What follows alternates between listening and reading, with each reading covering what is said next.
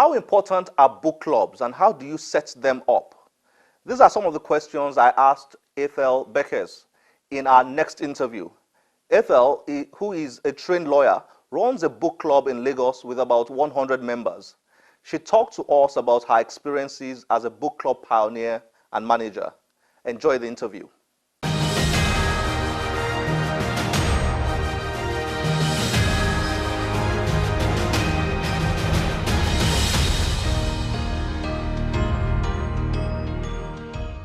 Thank you, Ethel, for joining us on the Channels Book Club. Now, you run a book club, which is very interesting, because I know there are not too many book clubs in Lagos or in Nigeria as a whole. But let's start from the very basics. What is a book club, and why is a book club important? Thank you, Kunle. A book club basically is where 2 or 3 or more people gather to discuss, interact concerning a particular book for a period of time. And a book club could feature in so many ways. It could be a kiddies book club, adults book club, or a specialized book club in some cases, cooking, arts, or Men, women, parenting. Parents. Yes, and there are different kinds of book club, as you can see. Now, a book club in this essence, in this particular context, is for children. A book club is essential and is important because book clubs are avenues whereby reading are entrenched and values are entrenched in children. Okay. One of the ways of entrenching reading. Should I be assuming that your own book club is for kids? Yes. Oh, okay. So you focus entirely, you get kids together. Kids together, it's a yeah. book club for children. Yes.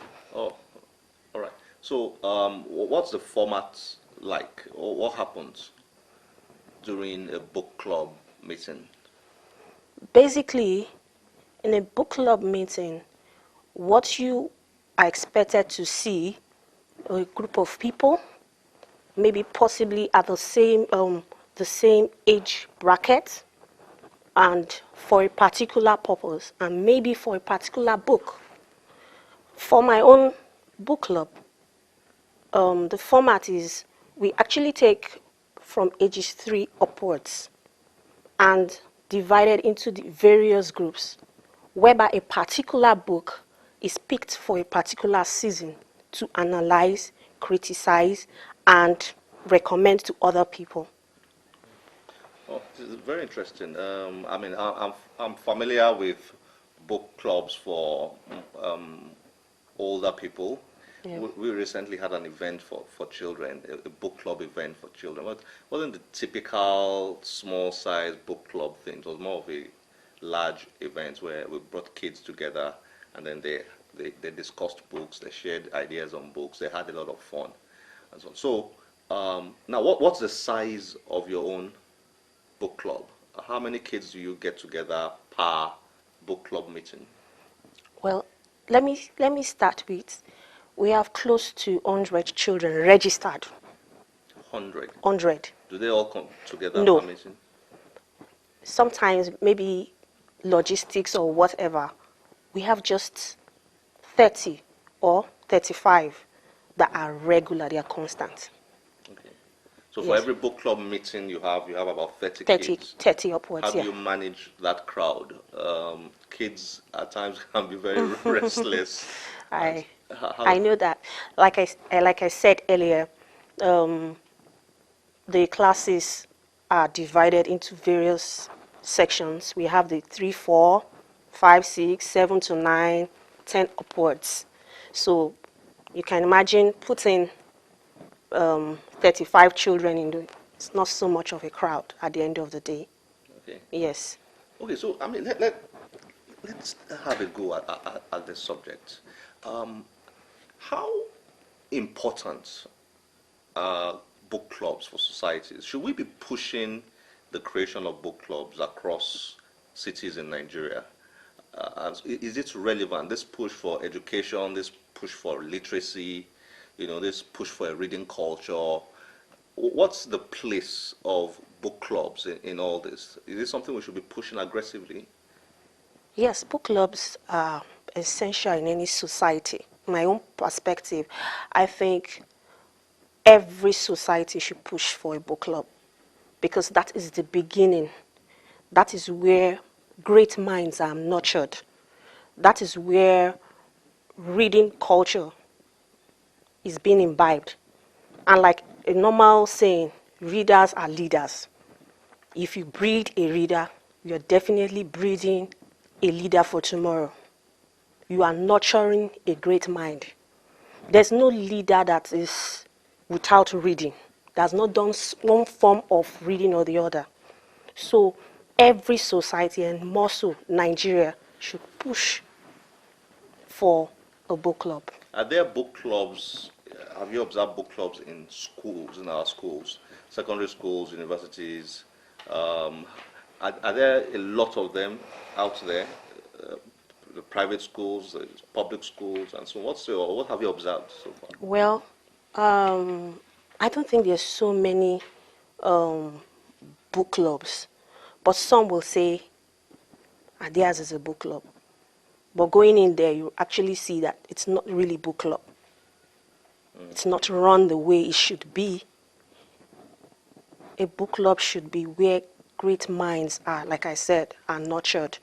You can't call it a book club where some will just see a book club as synonymous with a library.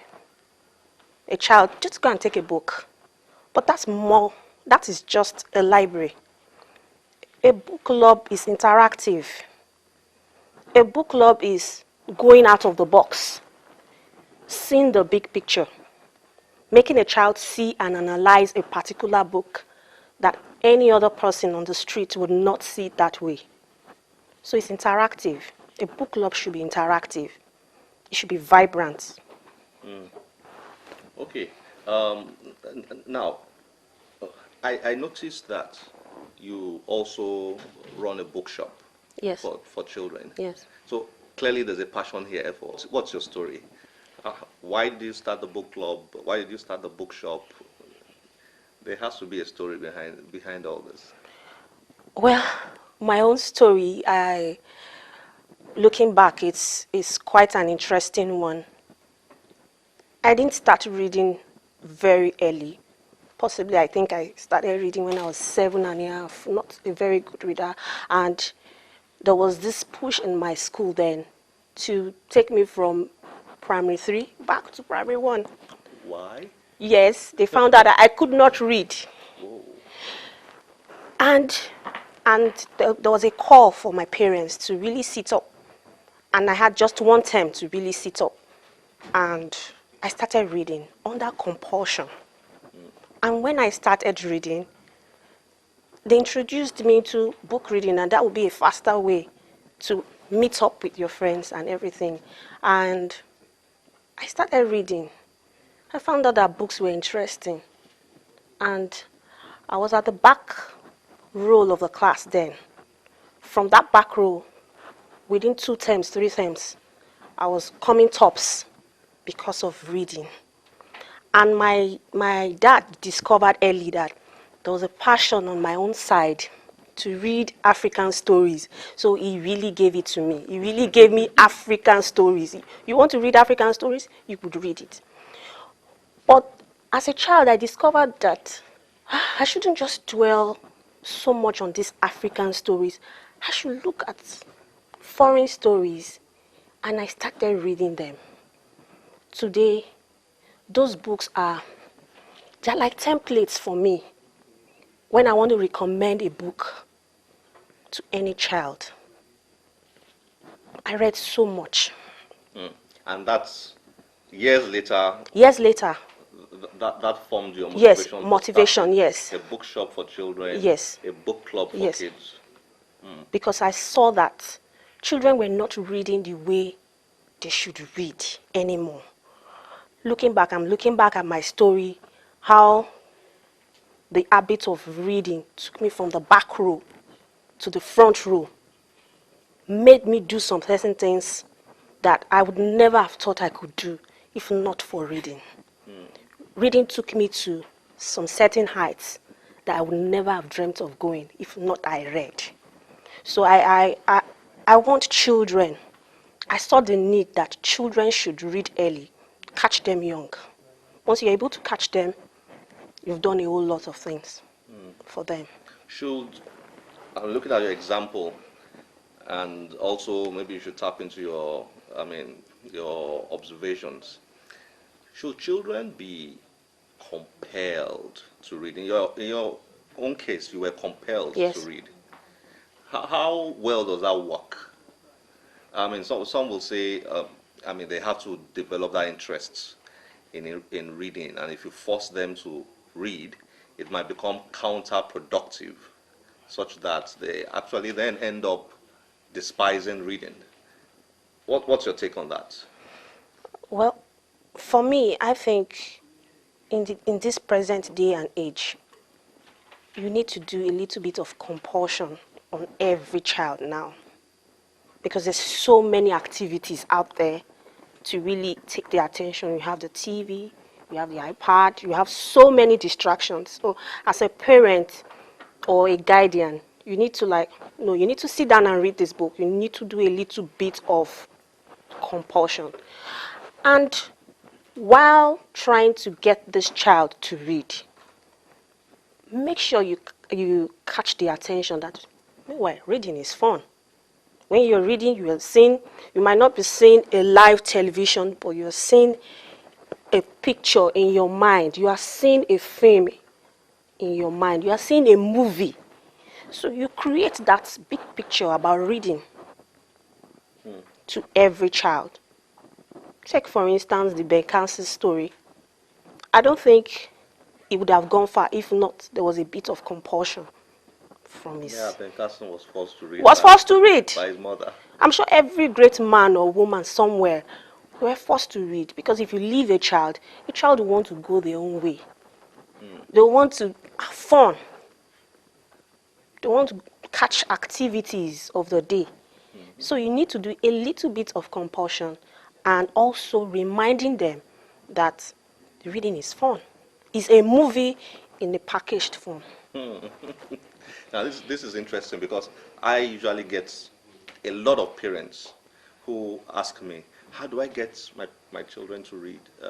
My children are not reading. What do we do? My children are not reading. So you will recommend that they sit them down, shut the door, and read this book. I give you a couple of hours to read it. That's what you recommend, amongst other things. Yes. That works. It works, especially if you carefully choose the books. You catch them, you study that child. If it's a child that likes ballerina, fairy tales, first of all introduce a fairy tale. Or if it's a boy that likes adventure, perhaps you introduce one of these adventure stories to him and start from there. Or a child that likes football, you could recommend a book that has football activities. Yeah, that's interesting. Well, Ethel, it's been a pleasure speaking to you. Thank you very much for joining us on the Channels Book Club. Thank you. Thank you. Thank you.